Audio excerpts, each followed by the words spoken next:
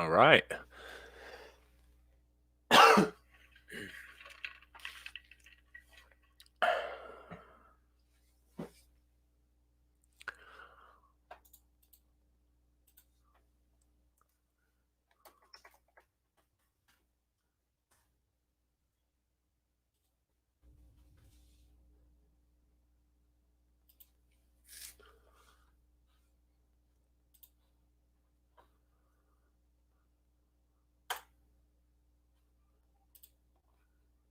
All right, just getting set up here.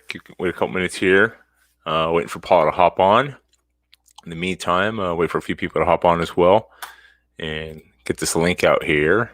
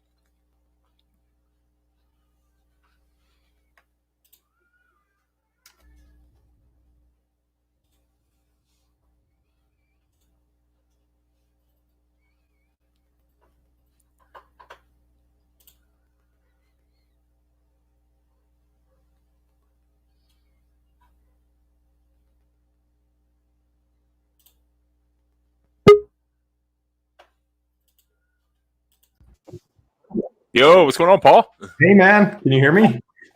Yeah, I can hear you well. Perfect. All right. Let me just hit this one share here on this this link. Hang on 1 second. Move that out of the way. Okay. Yeah, get this bad boy on. Hey, look at that. All right. Can you hear me? Yeah, I can hear you well. All right, let's see here. All right, I'm just going to share this YouTube link out for everybody, and then we'll be good to go. Okay. Sounds good, man. How's it going with you, man? How's the zombie apocalypse treating you? It's been interesting. It's been a hang on, let me just see if I can get my thing going a little better. Sorry about that. No worries. Fuzzy on the screen. See if I can focus this thing. Sorry, man. There we go.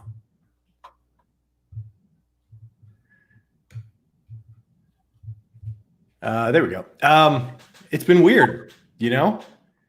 I've never been through anything like this. So we're trying to navigate it day by day, really. I just sent out a link to, or an email. I'm trying to email my clients once a week and just touch base with them. And, we asked them to, for the first 2 weeks, it was like, just bear with us a little bit and we'll see what happens. And then, now that we know it's going to be longer than 2 weeks, we've had to, I've asked, it's tough, man. So I asked them to basically, that we'd stop billing them after, at the end of April. We're just going to stop all billing in the gym. And then hopefully we can get back in a month. I think we'll be able to float, we'll be able to survive for a couple months, but it's weird because you can't really, it doesn't feel right to be charging people for something that they can't use. Right. And so navigating that has been probably the trickiest part of this, is figuring out, how much can you ask your members to support you? And it's been great. The outpouring of support, like I just went through before we got on this podcast, I just went through and I probably had 20 emails from people that are like, look, just keep billing me, we're here, we're going to get through this. And that's just, it's great. It's really, it makes you realize that you built something that people care about, which is always a good feeling. Yeah, definitely, man. It's what's interesting about that is I've seen quite a few instances like that with different gym owners and other small businesses. Like with restaurants, a lot of people are really trying to promote. I know people that lost work and they're still like to the best that they can build, even if it's just buying something small, like something $3-4. They're buying from their local restaurants. At least once a week, trying to support local businesses and do something where. They're getting that some type of like support going out and posting on social media. And usually I think the whole posting on social media of look what I ate, look what I got, tends to obviously right now this is a little bit different and it's not the same thing. You're really just trying to help promote local businesses.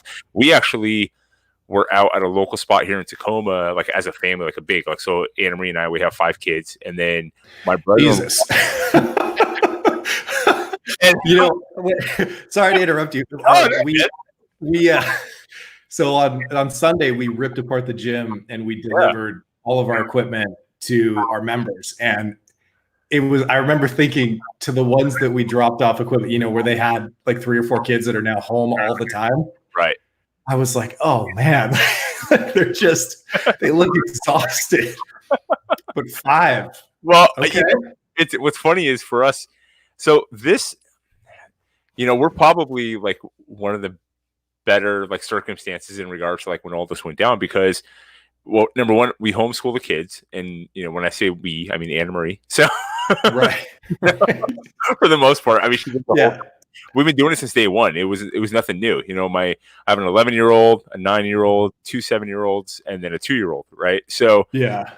And this isn't to say, like to brag or anything, or say, because it's not. It's like chaotic at various times, but the routine was already there, right? And then Anna Marie works from home. She's a starting strength coach. She's an online coach for Barbell Logic. She's and then we built a home gym when we left our gym a couple years ago. So everything for her was here at home anyway. And then for myself, I left my day job a couple months back in January and have been transitioning into getting back into training and code and all that other stuff too. So it was not a massive adjustment. What the biggest adjustment for us has been kind of explaining to the kids like week to week as it's kind of progressed and gotten more tightened down, and letting them know like, no, they can't go outside and play like in the front yard without us, where normally it was, like go ahead.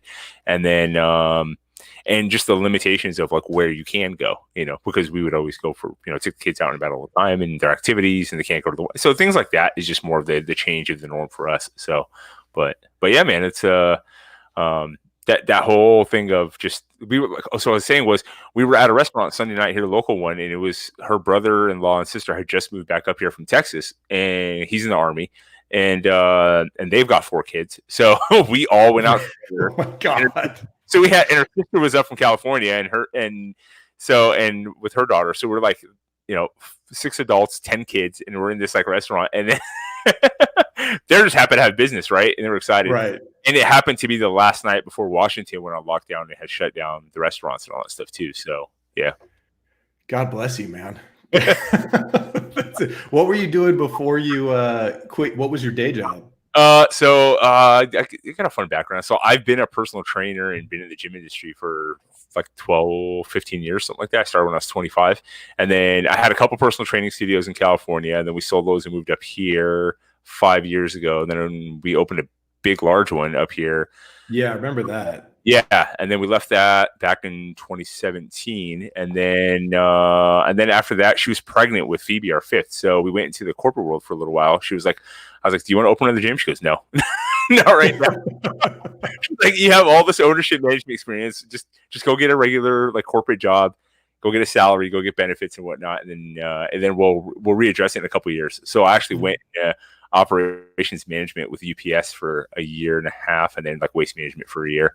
And although like it drove me like batshit crazy as a somebody who didn't grow up in the corporate environment, and I look at things and question and go like, why are you guys doing this? This is stupid. Like, you're not getting the results you want. That's how we've always done it. I was like, that's what my 4-year-old says. Like,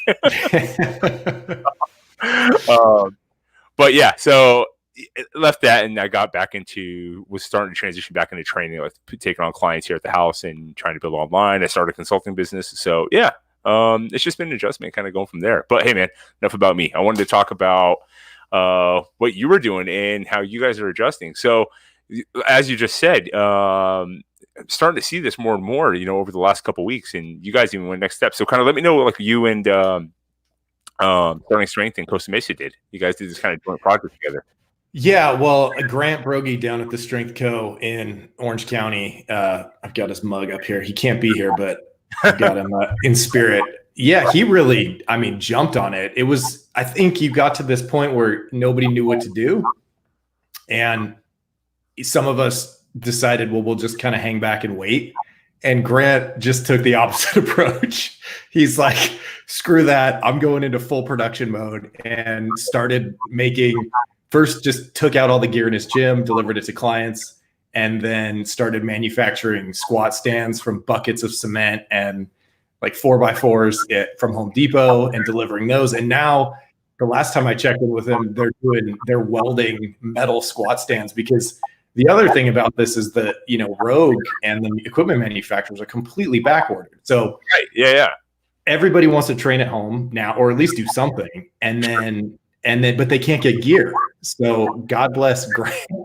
He's been delivering it. And then we just piggybacked off that. And, he volunteered to make some of those stands for our guys. And so we just stripped everything out, and then we got a bunch of stuff from him, and then delivered it. And it got the look on their faces. Like, it's funny because you've trained your whole life. We're usually concerned with chasing PRs and always, upping going after more. And when you have a bad workout, it ruins your day. And now everybody's had this epiphany where it's like, they're just happy to do anything. Like, we delivered these racks and the bars, and they're just like, we couldn't give everybody the weight they needed to keep doing their program. We just don't have that many plates. But, we dropped off 300 pounds for, a bunch of our members. And even with that, they're like, I've been getting emails like, it's just nice to move. It's just nice to be able to get under the bar and train. And I think I hope when we come out of this, that appreciation for just being able to move your body and use it stays, and we know, and we acknowledge that it's not really this whole thing. It's this stupid Sisyphusian whatever pursuit where you're just constantly driving yourself into the ground, and then you go on vacation and guess what? You can't squat 450 anymore, Yeah. and now we're just getting to the point where we can appreciate just being able to train at all. So that's really what we've been doing, trying to make that possible for as many people as we can. And then, bridge this gap until we can get back in the gym. Yeah, man. I think there's a lot of things to kind of unpack from what you said there. There's a couple things. One where, and I've been thinking about this a lot, especially as a, as a homeschooling dad, and then also the business side of things too, like the smaller side of things. First of all, like, I talked to John Janicek and Janicek Strength, like a couple days ago out of Texas. And I'm talking to Nicole Rutherford tomorrow. She's south of you guys in San Diego. And first of all, there's like the frustration side of it, right? It just, the whole thing of what's considered an essential business and non-essential. And I don't want to, go too like deep into, the woods on this and, start pissing a bunch of people off, but just pretty straightforward. There needs to be a separation. Like right now, I'll show you right now, this perfect one. We'll put this comment up right here. Right. So this is from a buddy of mine, Nick Lindsay. He's asking a question, and he works for UPS. You can't limit one person in the gym at a time and clean off all the equipment. And the answer we thought about that. Well, yeah, and that's my point. Is that the thing about that is that's how, like, a lot of these places, when the government is giving these different states are giving these like mandates of like what's considered an essential, non-essential. So like a liquor store can stay open, it's essential, right? Or a gas station, yes. or a store that sells food and whatnot is essential. But the amount of people, like the thousands of people that go through there a day, is there somebody out there at the gas station wiping down every hand pump like with hand sanitizer and disinfectant? Right. No, of course not. And the amount of people that go through there. Well, like a gym, your gym, okay, and Nicole's gym, our home gym, John, anybody with like a strength gym or a small studio where at most you have 5 to 10 people in there at a time, and you have the space to do the social distancing, 6 feet apart and whatnot, then you should be able to file for some type of exemption and get in there and keep your business open. Because, I mean, talk about essential. You're talking about people's health and wellness and well-being. And every person you've heard that's come on that's been any kind of infectious disease expert, who's been a health professional, besides the washing your hands and everything else that they're talking about, they're saying overall, like, in the past and moving forward, and this is going to get me to my second point, is the best thing you could do is be healthy, because the people that are really suffering, besides the very, very small percentage of people that have some genetic predisposition where this is hitting them hard, are the ones with pre-existing conditions, right? Right. Italy had 10,000 deaths. Well, Italy has one of the oldest populations, and they smoke. Like, one of the biggest population of smokers. China got the same thing. The biggest majority of the deaths in China were men over 70, and like 90% of them smoked. Something like that. It was some ridiculous number, right? So why would you take away the thing that's beneficial? And then this gets to my second point, which is we, and this because you're in the industry, but we as a nation, right? We have this massive population that's obese, morbidly obese, whatever you want to call it, right? Just, and instead of, in some aspects, like you guys and what everybody else is doing in your industry, is doing their best to address it. The other side of it is you have a part of society that's trying to coddle it, like this, to an extent, this like body positivity acceptance thing where it's like, well, I'm 400 pounds, that's okay. No, like, you shouldn't hate yourself, but at the same time, like, no, it's not okay. That's not healthy. There's, right. Yeah, you're the one. Like, you're one of those people that's going to get like crushed by this disease, because of the pre-existing conditions that you have. And I think what's going to come out of this, hopefully, is people are going to really start taking their health personal and their awareness personal. And the other side of it is, and more serious, and the understanding and like how much they actually, like, how blessed we are in this country, like the freedoms that we have. Because I've talked to some people in the military and former military, and they were talking a lot about how people are starting to get a glimpse, and it's a small glimpse, because we still have, for the most part, the freedom to kind of move around a little bit, of what some people, like in the rest of the world, live like on a day-to-day basis with limited supplies. You can't just run to the store and get whatever you want at any moment's time. You can't just hop online and order something that's your door that day. So I think there's going to be some good that comes out of this. Yeah, absolutely. I agree with you. And, I know that one of the statistics was that this is affecting obese people a lot more than, I mean, if that's their, I guess you could say, pre-existing condition. And I don't know, you've trained people before. We've talked about this in the gym a lot, which is when we have someone who's really overweight that comes into the gym, let me back up. If we have someone who comes into the gym who's actually successfully lost a bunch of weight, I always ask them the same question, which is, tell me the moment. Give me the moment where you decided that you were going to change this. And they all have one. Everybody. 100%. Or they haven't lost the weight, right? Mm-hmm. I mean, it could, having to ask for a seatbelt extender on the plane, an unflattering photo, that you see. What's that? Buying 2 seats on a plane? Yeah, right. Yeah. But if they haven't had that moment where they finally are sort of smacked in the face with, like, what, this isn't cool. If without that, they never succeed at losing the weight. They have to have that moment. And then once they do, they're unstoppable. And I think one of the things I've always struggled with as a coach, and maybe you have too, is like, how do you give someone that moment without just being an asshole? Because, and maybe you can't, maybe that's the answer, is you can't. They have to have it on their own. But like, if I get someone who comes in and they're, 40 pounds overweight, and they're like, yeah, you kind of want to lose a little weight, blah, blah, blah. They're not going to, or they would have already. Right. You know what I mean? And so maybe it's interesting, that like what you were saying about that dynamic of that moment that people have, right? I know for me, because so I used to be 340 pounds when I stopped playing football. I was coaching football. I was, and I'm not, I'm a big guy, but I'm right at 6'1", like a hair under 6'1", right? So 340, it was not solid on my career. 6'5", that would have been great. I would have been like, 5-star recruit, defensive end, right? No, but too short. So I was like a doorway. I literally filled up a doorway. And like size 48 to 8, 52-inch waist. So the realization for me was I was a year removed from football. I was 24 years old. I was watching game film because I was coaching high school football, and it was with Anna Marie, my girlfriend at the time. We had just been dating like barely a year. And I was watching film, and I'm sitting there going, "Who the hell's that whale walking up and down the side?" Yeah. And I was like, "Holy shit, that's me!" And I look at her like, "Hey, am I that big?" And she goes, "What do you mean?" I'm like, "I'm huge." And she goes, "Well, you know how big you are." I'm like, "Yeah, but you didn't tell me how big I am." She goes, "The camera adds 10." I'm like, "How many cameras are on me?" Like this. Yeah. No, that's often what it is. It's often seeing yourself, and then you look to your friends and go like, do I really look like that? Right. And they look at you like, yeah, of course you do. Yeah. And those are, yeah, I've had a number of clients who have had a similar moment to that, and then that was it. Then they're done.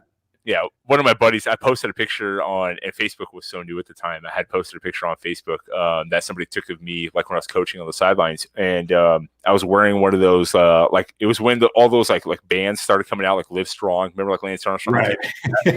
One it had something on that logo. So I was wearing one, and somebody made a comment, go like, "That band's holding on for dear life," like I'm like. It is a funny attitude, and between that and then some other stuff, I'm sitting there going, okay. So yeah, 100 pounds like in a year. Like it just clicked, and then right. that got me into training as a career, and then I just kind of took off from there with what I was doing. So yeah, and like I was saying, so maybe this moment, some people are having that moment of right. like, you know what, I am too overweight, and that puts me more at risk than I need to be. Yeah. I got another question for you here. This is actually from my brother. Says, how do you take those people who lost a bunch of weight and how to stay with it? So what he's saying is, he's accomplished. My brother's been one of those people where he's yo-yoed back and forth, up and down. Mm-hmm. I trained him for a period of time a few years back, and he dropped like 60, 70 pounds, and it's like 6-7 months, and we documented the whole thing. And then of course he's jumped back and forth and off and on. But part of it, I know for him, has been, issues he's had with something else too. But for you, how do you take that with clients that you have and keeping to maintain? I mean, so I'll be honest, I do a lot I craft our marketing such that I don't own weight loss.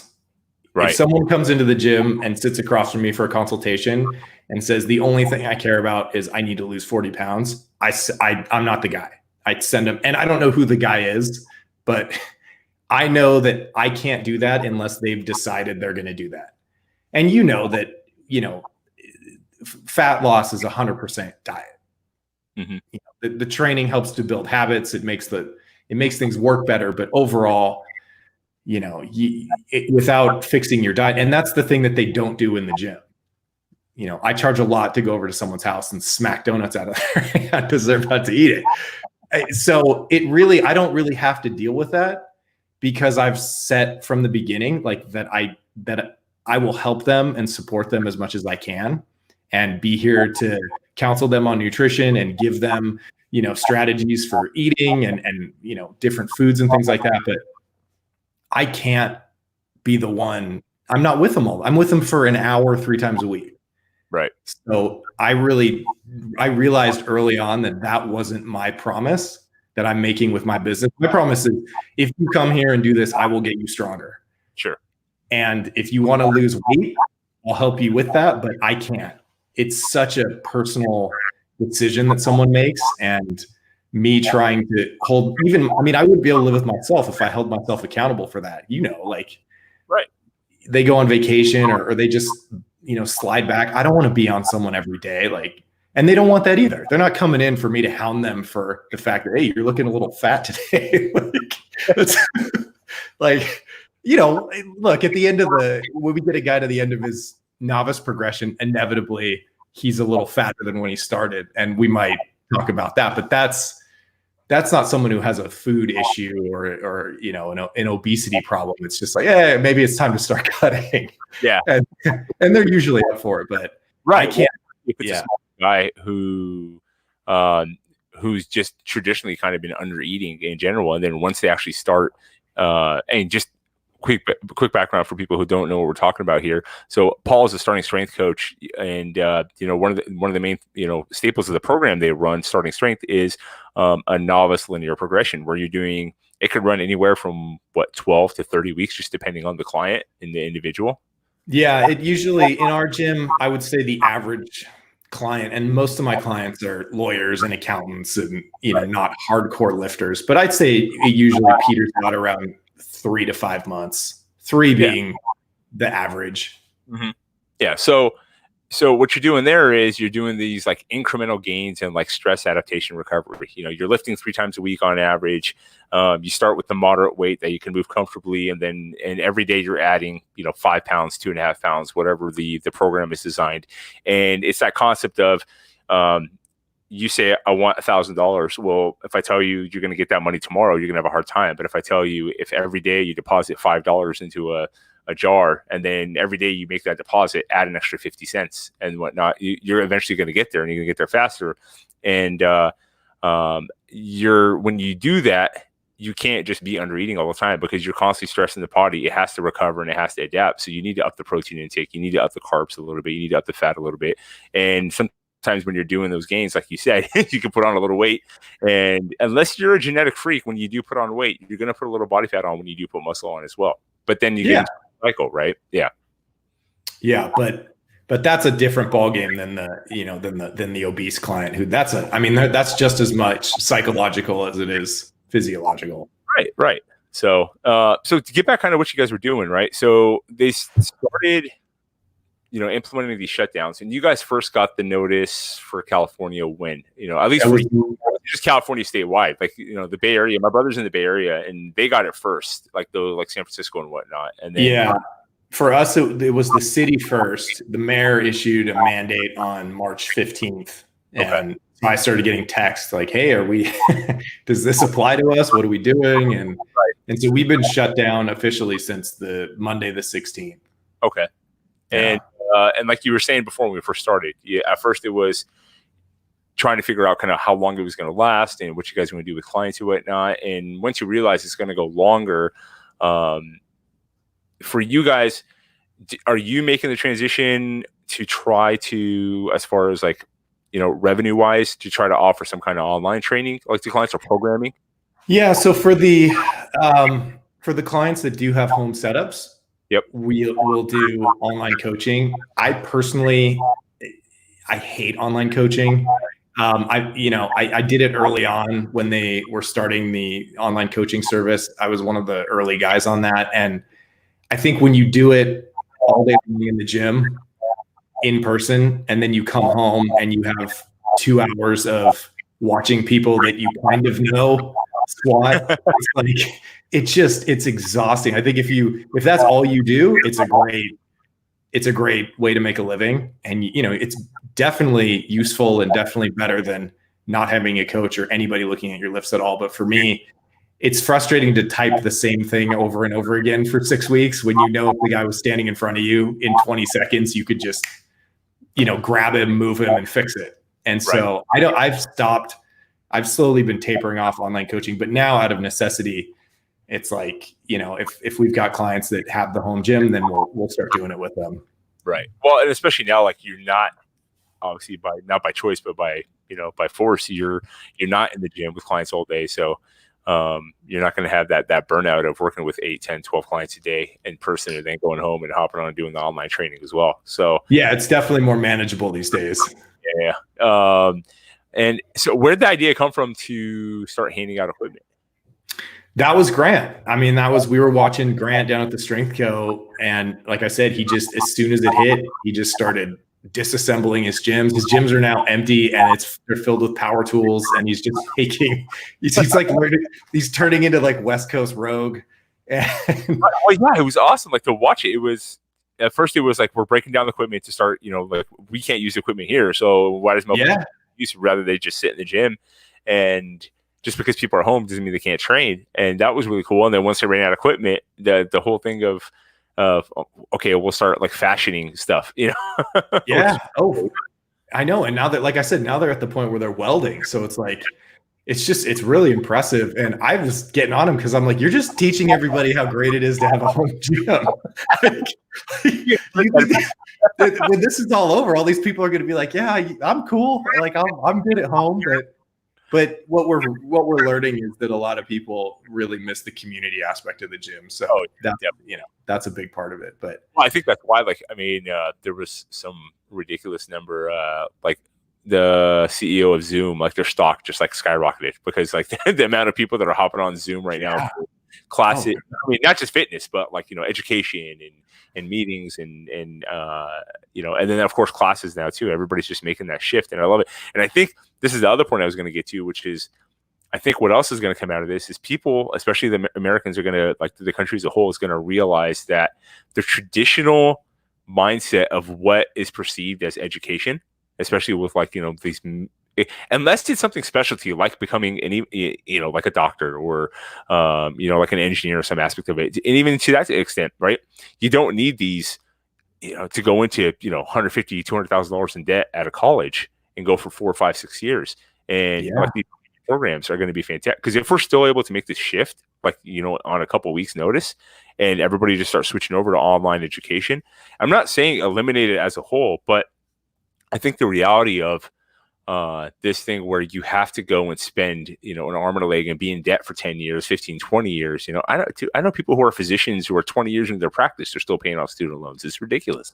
Yeah, I mean, I'm one of those people. My career trajectory was in the music business. I got, my background was an audio engineer, and then I made, after doing that for a couple of years, I decided to go to NYU and get a master's degree in music business. And I run a gym, and so I mean, it was a cool experience, but I still have student loans to pay for that. And so, you've got 5 kids. Yeah, it'll be really interesting to see where everybody is when your kids are ready to go to college and what the deal is, because the value proposition now is way off. Oh yeah, we push the whole concept of college as a choice, right? As far as a career goes, right? Because neither one, Anna Marie or myself, graduated from college. She's only like a couple semesters away from getting a degree, but for myself, I think I did a semester. It was it was more just for them. We're showing them that if you want to go to college, something specific, great. But just bust your ass and earn the scholarships and make sure it's for something that you're actually going to utilize. But otherwise, like the whole concept of that's missing, I think, a lot today, and you're actually starting to see it more and more, is an entrepreneur mindset and understanding of like how to provide value, how to this situation again is going to be something huge for the country. You're going to see this massive pivot where you're going to have some people that are going to tank and they're going to fail, and they're going to not know how to transition their lives, as they're losing jobs and careers and whatnot. And then you have other people that are going to thrive in this type of market, because there's going to be this like hole of people looking for something. And it's, you just like, business number one is like, how do I provide value? How do I solve a problem? How do I do something to become an expert in this one specific field? And do I need to go to college for that? Well, no. And this has been one of the most rewarding things about what I'm doing, which is, you learn how to make money. Yep. It's incredibly empowering to know that, like, when the shit hits the fan, like right now, right? My gym's closed, but I'm going to be okay. Yeah. I remember I listened to a podcast a while ago. Do you know what Dermalogica is? It's a cosmetics, like a skincare brand. I've heard of it. Yeah, it's like a popular, they make face soaps and lotions and stuff like that. But the woman who started it talked about the fact that she was an esthetician, and her mom always told her that you need to have a trade or a skill that you can fall back on. So like, if you want to go and try and start a skincare company, go for it, because you can always go back to, doing facials and working in a salon, and someone will always pay you for that. Right. And I feel that way about what I'm doing in barbell training, which is like, look, you can't, people need to lift always. And the older they get, the more, and so what that looks like and how I provide that service can definitely change. Maybe it's a gym with 100 members. Maybe it's, a small studio working with 2 or 3 people at a time. that can all change, but the actual business, what you learn by starting a business, and that confidence you get from learning how to make money and support yourself, when in a crisis like this, you still feel like, well, I'm going to be okay. We're going to figure it out. And I think a lot of people, especially, in my generation, who went the college route and then to grad school and worked campuses and have these jobs where it's like you don't really know what value you're providing. You go to a lot of meetings, you answer a lot of email, but at the end of the day, you're not really sure what you did. Those people are going to have a real hard time with, in situations like this. Right. And that's what I like about, the like what I love about like when you first got going and you opened your gym and you started posting just a little bit of stories and some information on kind of like how you transitioned from first. And I think it was like an article you did. You posted about how you started training out of your garage, right? Mm-hmm. And you got a rack, and then it was like 2 racks, and then you would do it like you would work your day job, and then you come home and train like a client or two, and then you set like priorities and times. And then it got to a point where, okay, am I busy enough now to transition out and actually start a business? And that was, it was a perfect example of you're doing a career. You may not be exactly super excited about the career, and you may be looking at making a transition, and you got like a side hustle going, but you waited until they kind of pushed you into like, okay, I have to either stop doing this or I have to just jump in like all in into doing this. Otherwise, like I'm splitting the bridge here, right? Like I'm going like 2, 4, and 1, and then the other one, right? So the side became something where you needed to kind of take it on full time. Yeah, I said to myself when I opened the gym in the garage, which is before I get excited and run out and lease a space, and this has to suck for a while. Like I have to just accept the fact that this is going to be, I'm going to be tired and it's going to be painful and it's going to suck. And once it sucks bad enough, then I'll make the jump. And so, yeah, I was coaching in my garage from 6 to 8 and then working from 9 to 6 and then coaching in the garage from 6 to 9 again every day. And, it was hard. And then it's really tired. And then we got to the point where there was enough revenue and enough clients that I could cover the rent at a retail space. I'd break even, and I went for it.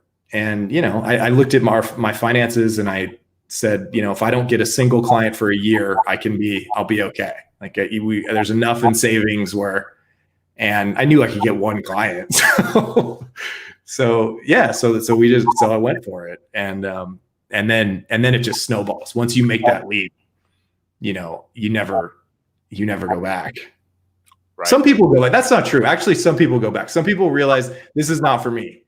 I used to work with a graphic designer who had gone out and started his own graphic design firm and then realized, you know what? I'm okay with the paycheck. I want to go in, I want to do my work, and I want to go home and I want to play with my kids and I don't want to think about it anymore. And, there's something to that. Definitely. I mean, you've been self-employed for a long time. It's like that. I remember listening to another podcast with the guy who started Allbirds, the wool shoe company. Right.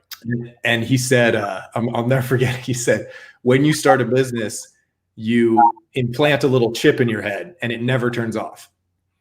And it's 100% true. You're just always thinking about it all the time. And so, it's not necessarily for everybody. Yeah, that's true. It's definitely something where, you take that example of, it was a commercial I saw. I think it was a FedEx commercial in the Super Bowl once. And it's this guy, he's at like the FedEx shop, like making copies and getting some business project going. And, the girl at the desk is talking to him and she's like, hey, this looks like a good project. He goes, yeah, it's going to save my company a ton of money and this and that too. She goes, you should ask for a raise and a promotion. He goes, you're right, I should. And he stepped back and he starts talking to himself and he goes back and forth and he walks back. And she goes, well, what happened? He goes, yeah, it's not the cards. The company said it's yeah, right. Well, title, So it's like, yeah, well, that's the thing. Right? You take a vacation, you're on your own dime. You can leave whenever you want, but obviously, like, who's paying you for that vacation? There's not some company paying you, it's coming out of your own pocket, right? And you're always the cheapest guy to hire, right? So when that's the hardest part is learning to delegate, learning to hire other people, and let go of control. And I think a lot of entrepreneurs really struggle with that. And it's tough. It's tough to navigate, but I think at the end of the day, it's, I don't think I could do it any other way. That's what I don't know if you know who Andy Baker is. He's a strength. Yeah. So Andy down in Kingwood was a huge inspiration for me because he was a few years ahead of me in terms of starting the gym. And I texted him the day I was going to go to work and quit. And he just texted me back. He said, "Yep, time to cut the net." and he was right, and it's funny because I've said that same thing to a bunch of other younger gym owners who are terrified. I mean, they're terrified of, and they live, one guy in Fargo, North Dakota, right? His rent is like, it's like $1,000 a month. It's, for 4,000 square feet. It's a ridiculous, you don't even have to be good to cover $1,000 a month. You could be horrible at coaching and still make $1,000. But yeah, they're really, really nervous. And every single one of them after a year had to move to a bigger space. And it's like, it's so cool because I remember that feeling of just being like, oh my God, and I don't know about you. My mom is like not the person you want to run business ideas by. She's like, what if you get sick? What if it doesn't work? You're going to be broke. Well, like, okay. Like, but yeah, like those pessimists. And I think part of it is like having those people in your life to kind of bring up all the negatives that you should, kind of think about. It gives you like the idea of like how to process this and kind of think about these things. And if I need you, how am I going to plan for it? But there's a difference between like, hey, here's some things to think about versus like, you're going to fail because of this. Yeah. Right. Yeah. I know those, but you have to learn. That was one of the moments that I realized that my parents were just normal people, with fears and their own worldview and their own biases. And you're like, wait a minute, I don't know that I'm going to listen to you on this one. Do you know Gary Vaynerchuk? You ever follow him? Of course. Listen to his stuff? Yeah. It's the funniest thing he ever says. Somebody asks him a question and like, well, my mom and dad says this. He's like, fuck your mom. Like, yeah. Right. I don't literally mean that, but what he's saying, but obviously that's the point he's making, which is like, is your mom going to like walk you through your whole career? Is your mom going to pick you up when you fail? Is your mom going to pay your bills? Is your mom going to share in the network? Like, no, of course not. Your mom, your life. Right. So take it for what it's worth. But then after that, you need to move forward and make your own decisions. Yeah. Their job is to protect you. I mean, and dads are usually pretty like, yeah, all right, go for it. My mom's a warrior and I love her to death. She's an amazing woman, but she worries a lot. And when I started the gym, it was like, and I actually quit my job. It was like, I'm sure she lost way more sleep than I did over the whole thing. Yeah. And now with this whole thing, I'm getting emails from her beforehand. And then he's like, well, I think I'm going to stop being an engineer and go be a strength coach. And he was telling me there's not a ton, but there were some people that looked at him like, what's wrong with you? Like, are you? Yeah. Yeah. Why would you give up this perfectly good job that you hate? Yeah. Yeah. It's definitely an interesting, dynamic. And what was cool about one of the things I learned, and also learn, but also just kind of it reemphasized kind of my belief in this, which was there are a lot of people who have jobs and live their lives on a day-to-day basis that are miserable. And at best they're like they're apathetic. They're just like, okay, well, this is life. I'm like, dude, that sucks to live that way. I would rather be like grinding and, just like grasping for anything, but at least it was something I cared about, something I was passionate about, and something that at least in some way, shape, or form, I felt like it brought value to somebody else. And I got some kind of like validation and reward out of it, and still be struggling every day at it versus have something that pays me just enough to be comfortable, but just enough to be like, okay, I hate getting up and going like, crap, I got to go to work. That was the one thing I wasn't really a fan of with like the last couple of years. But what I learned was there were a lot of people in different areas that were beyond that. They were just miserable all the time. And then when I actually would, I'm a talkative person. Hell, I got a podcast right now. Yeah. questions. They were kind of surprised because I would get like real, I guess you call it personal, but like beyond that social, norm of what you do when the small talk in a business environment. You talk to somebody, how's it going? They go, oh, not bad. I go, are you okay? And they look at you like, what do you mean am I okay? Well, you always look like you're pretty pissed off or upset.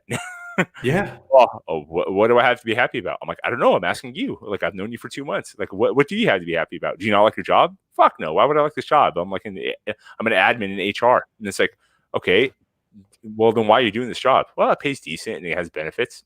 That's cool. Why else are you doing this job? And then they don't really have an answer beyond like, well, that's what I'm supposed to do. I'm supposed to get a 9 to 5 that pays $70,000 a year and offers benefits just enough to get by, but not enough to do anything else. And then also slave my life to their time because I'm supposed to be grateful I have this job. So that means now I have this phone that attaches me to this company 24 hours a day. So why didn't I answer my text at 8 o'clock at night? Why didn't I answer my email at 4 a.m? Why didn't it's like no. Well, what do you like? I like photography. That's great. Do you have Instagram? I do. Do you follow photographers on Instagram? I do. Do you think they're different than you are? No, they started the same way. Do you have a camera? I do. Great. Start an account, start posting pictures, curate some followers, and then start selling some pieces here and there on the side. And, eventually, if you put enough work into it, you can transition out of what you're doing now. And the concept for some people is it's so big, it's so far away. And they're like, nah, I can't do that. I'm like, I just walked you through how to do it. I literally just walked you through how to do it. I didn't say quit your job tomorrow and go be an Instagram photographer. I said, this is how you start your hobby into a passion. Right. But see, for so many people, like for me, I remember this period of getting out of college, having established a career path. And then at 2 or 3 years in, you hit that sort of angst where you're like, wait a minute, like, is this it? Like, is this what I'm just going to do till I die? But then you're trying to figure out what that other thing is, like what is that photography thing, or what is the, I'm going to go open up a gym. And that period it was a couple years I was doing workbook exercises and reading all these like career guides and just trying to see or to find like, what am I going to throw myself into? And the whole time, of course, I'm just going to the gym. I'm like closing the career book and then going to the gym and then you're working out and then coming back and going through the career book again. But it wasn't until someone showed me, and it was Andy, in fact, who showed a path for how you could, like you were just talking about with the Instagram thing of seeing that path. Mm-hmm. And then it clicks, right? And it's just like we were talking about with someone who's made the decision to lose a bunch of weight. The minute that it clicked for me that I was going to open up a gym and just try it, that was it. That all that feeling that you have at work where you hate your job and you're just miserable, even though you're still working the exact same job, you're totally happy to be there because you can see where you're going. Right. You have a path. You're not going to get there right away, but you're making progress towards it. And then your entire life changes because that direction. But finding that thing is really where a lot of people get tripped up. And I think you have to expose yourself to a lot of different things. If you just go to work and then you just go home, you're not going to find it because it's probably right there for most people, like your buddy who's the photographer. You know what I mean? It's like he's probably taking pictures on the weekends and he just can't see it. Right. And so getting people to see that's the tricky part. 1,000, 2,000, 10,000 followers, and he doesn't register that's just another person. Like, I mean, and what I mean by that is not that they don't have talent, but there's nothing, at least, intrinsically, like it's not like something that exists like in somewhere or some like imaginary land because you're looking at it on the internet, right? Like that's somebody posting photos from their phone, just like you would be. And right. You just can't, like, they can't kind of get that click, that transition into going like, oh, I could be that person, or I could have my own version of that if that's what they want, right? Or try it, right? Because that's the thing is like you don't know where this is going to go. A lot of people think they have to have the whole perfect thing planned out, written out in a nice business plan, everything's accounted for, and then they can go start. It's like, it's not going to be that thing. Whatever you think you're going to end up building, it's going to change the minute it hits the marketplace. And and you figure out, like I talked about this in that what you're referencing earlier was a talk I gave at a Starting Strength conference about opening up a gym. And but I talked about, I thought when I opened up my gym that I really wanted to focus on working with seniors because, because they need, but after actually getting in there and doing it all day, I realized I actually kind of like working with software developers. Yeah.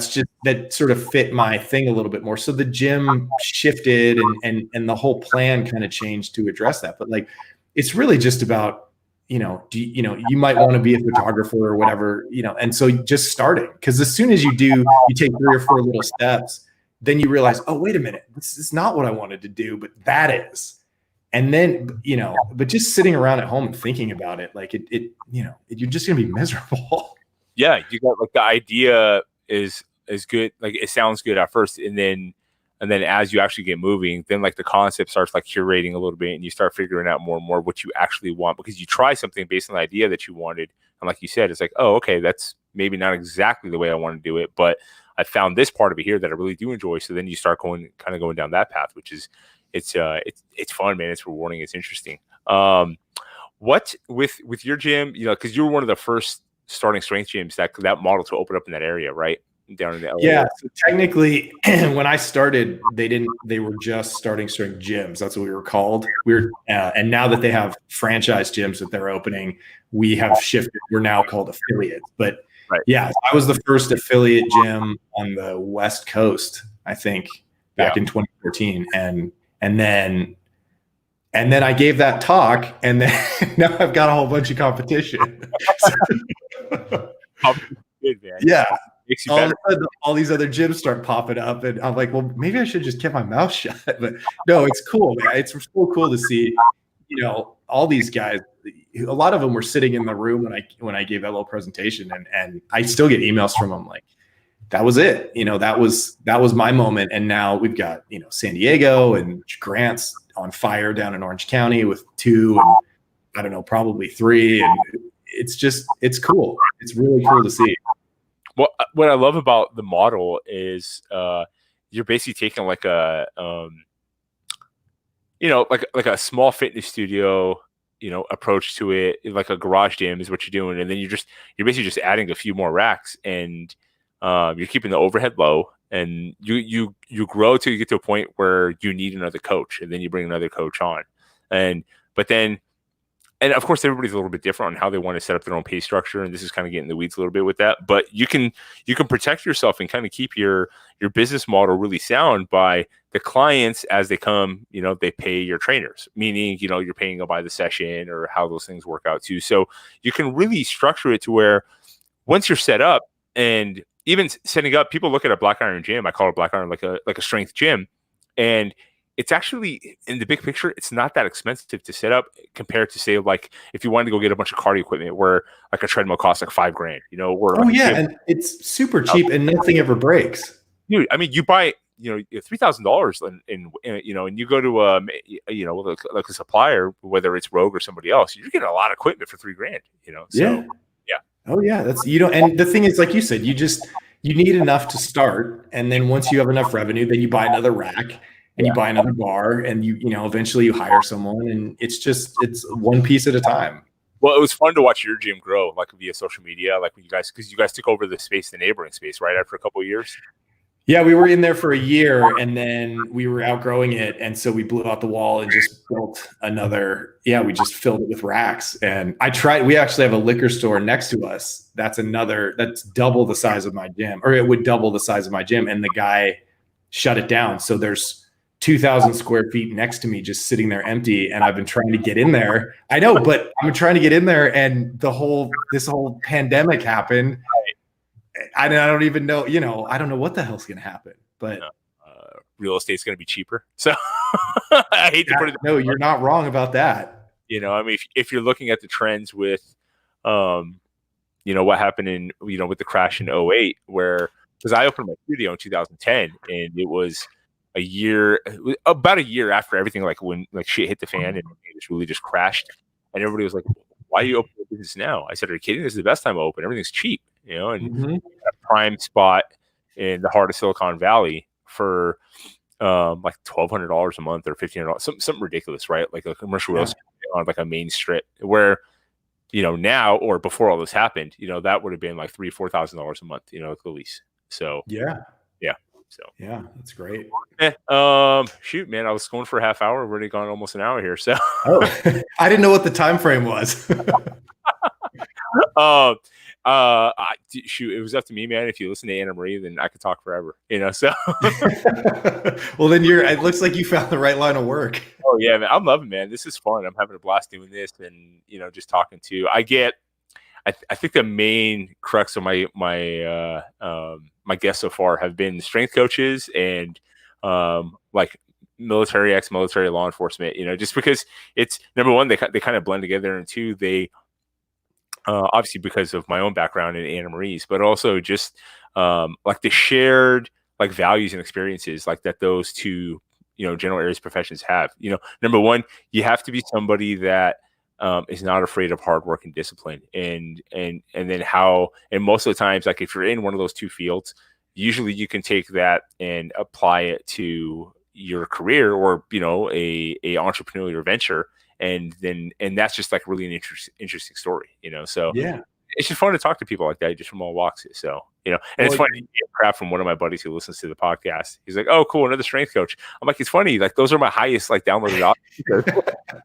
Well, different background, right? A different story.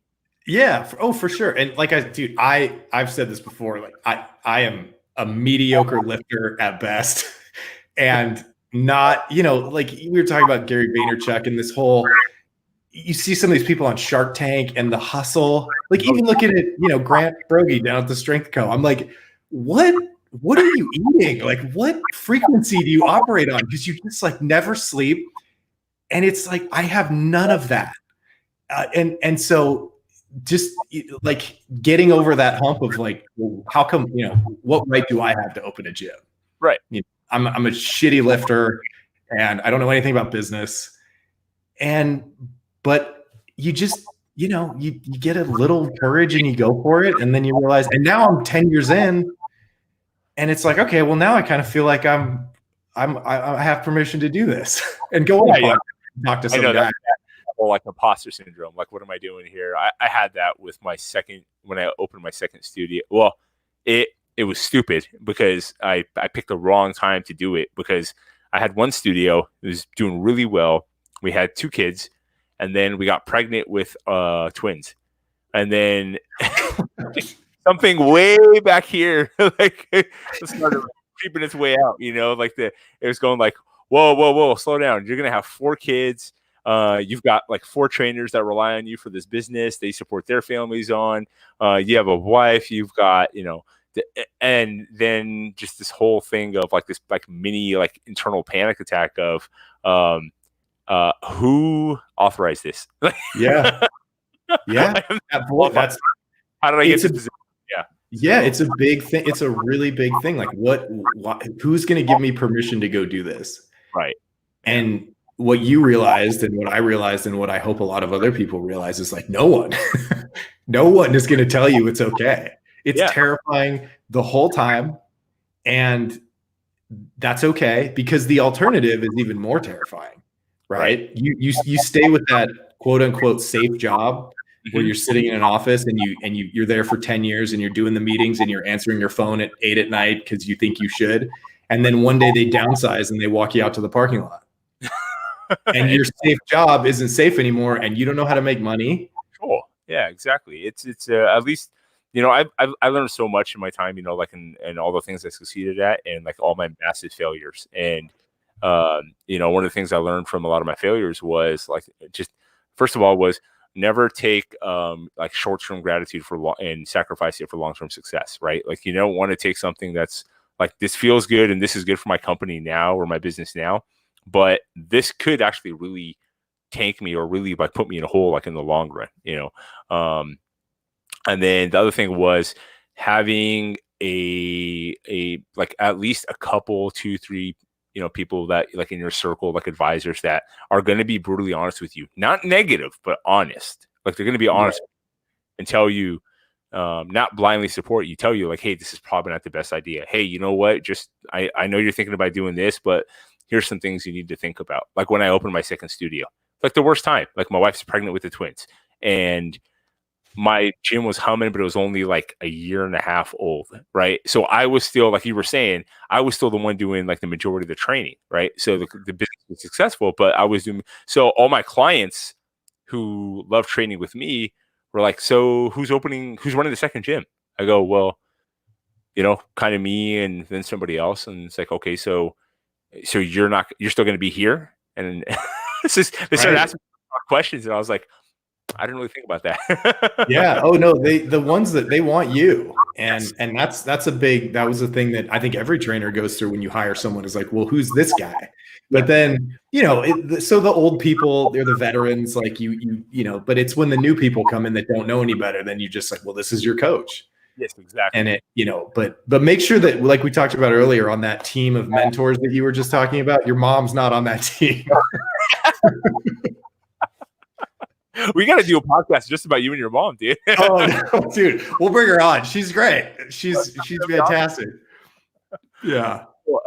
Listen, man. I, I'm so happy for everything you guys have done in the last few years, and it's really interesting to see kind of like what you and Grant did with, and the rest of you, like all the strength coaches, what they're doing with their gyms and handing out equipment, and my brother's CrossFit gym that he goes to, in the Bay Area. Like he was telling clients to come, like they just started Zoom classes right away, and they were telling clients to come down, pick up some dumbbells, pick up a kettlebell, that kind of thing, so they can have something that they can do their classes at, and the same thing. The majority of their clientele is, Silicon Valley, corporate environment, that kind of. So it's not like they got a bunch of stuff lying around at the house, Right. Right. Yeah. Well, I got to tip my hat to Grant down there, because he was the one who really just went for it, and then we all kind of had to follow. We're like, okay, I guess we're giving all our shit away. Was there some work you got everybody signing? You just dropping it off and making a list. Yeah, someone said you should, I don't, we just dumped it. Like, well, I'm gonna get half my gym back, I'm sure, when this is all over. But they were happy, so it was worth it. On his leg, and he's gonna say it's your fault, Right, exactly. Yeah. All right, man. Well, listen, keep in touch. Let me know, as this kind of progresses, and see if you guys are gonna, get ready to go, open back up again, or have some semblance of an idea. And I'd love to have you back on and help promote that and get that going with you guys as well. And just talk. Yeah, it'll be really interesting to see where everybody ends up in 6 months, because I think you're going to see a lot of really cool new ideas, and I'm actually really excited about it. This is going to be a good period of transition. I think it's going to be neat. So thank you so much for having me on. I appreciate it. This was fun. Paul, thanks for coming on, man. I really appreciate it. And appreciate the openness and the willingness to kind of talk about everything, man. It's been great. For sure. All right, brother. We'll take care. All right, take care. All right. Okay.